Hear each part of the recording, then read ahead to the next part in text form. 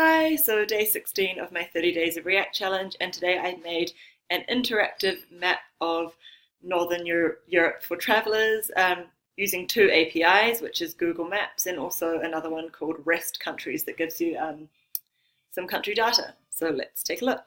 Okay, so first of all, I'll just show you the app and how it works. So on the left here, we have some kind of buttons. We have a map, which is showing Northern Europe, and down the bottom here, we have a little bit of information about Northern Europe in general and an image.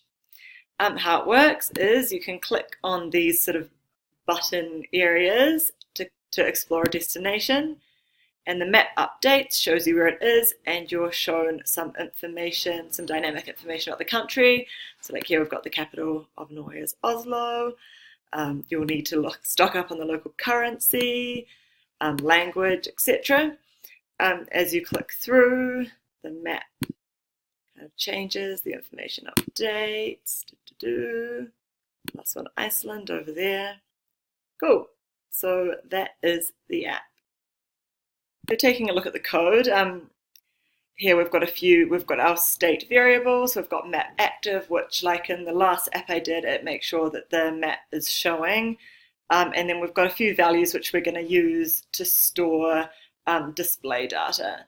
I've also got kind of this an array of object countries, which is kind of like, I guess, my database of information for the page. And one thing that's different this time to before is I've actually added a key. In my last apps, every time I looked at my console, it was giving me warnings like, you must use keys. So I've actually done it this time. It's a much safer way of referring to elements than using index. So I've got two main functions in this app. The first is, where is it? Up here. We have find country by key, and that passes in a value of the key to search. And this is triggered on click. So when you click on these little divs here, what that does is pulls out all this country information. It filters through the country's like database, as they've called it, and pulls out the country which we're targeting. And it then declares some variables which we use to hold the name and the lat long of that country, assigns them values, and then sets state. So what it's doing is setting state of this information here. And then what we're doing at the end of this function was we're calling our next function, which is get country info. Excuse me. So that takes in current country, which we've declared here, and then it does the API call based on that. So if I'm clicking here, the current country is going to be saved as Norway, and my API call here is actually is calling Norway's country information.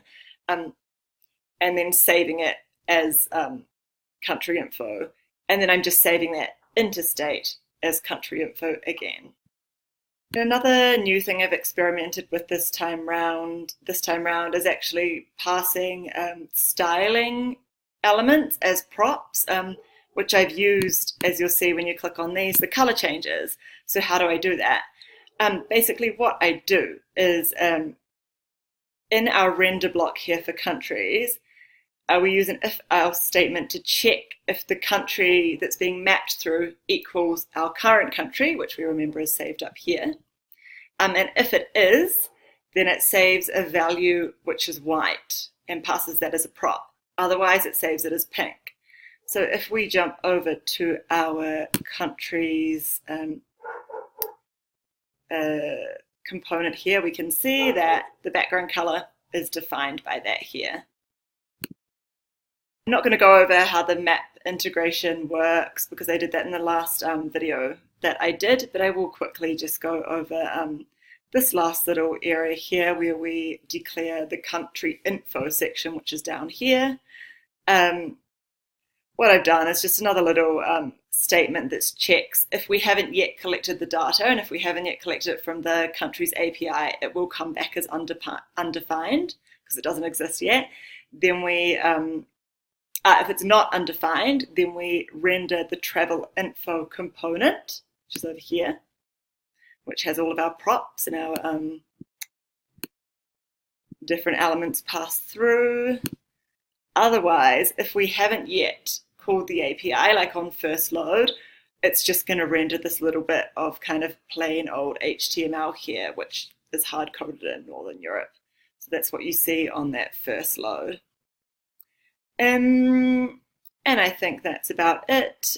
Nothing else that I haven't explained in the last video, so I will leave it there. Thanks.